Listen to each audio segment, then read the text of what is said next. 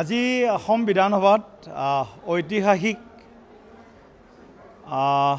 অসম বহু বিবাহ নিবাৰণ বিধেয়ক আজি গৃহীত হ'ল। এই ঐতিহাসিক ক্ষণৰ আমি সাক্ষী হৈছোঁ আৰু নিশ্চিতভাৱে অসমৰ ভৱিষ্যদৰ্শী মুখ্যমন্ত্ৰী ডক্টৰ হিমন্ত বিশ্ব শৰ্মা ডাঙৰীয়াৰ চৰকাৰক আমি আন্তৰিকতাৰে ধন্যবাদ আৰু কৃতজ্ঞতা জ্ঞাপন কৰিছোঁ যে নাৰী শক্তিৰ সবলীকৰণ আৰু নাৰী শক্তিৰ সন্মান যিটো এই বিধেয়কৰ মূল লক্ষ্য। আৰু আমি সকলোৱে জানো যে এই এটা ডাঙৰ সমস্যা, এটা সামাজিক ব্যাধি।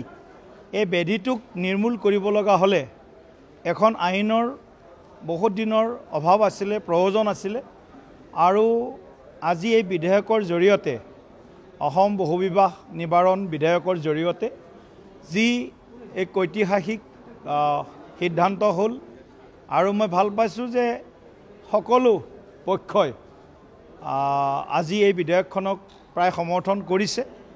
কিছু বিৰোধী ৰাজনৈতিক দলে কিছু সংশোধন আনিছিল যদিও পৰৱৰ্তী সময়ত তেওঁলোকে বিভিন্ন সংশোধন উঠাই ল'লে।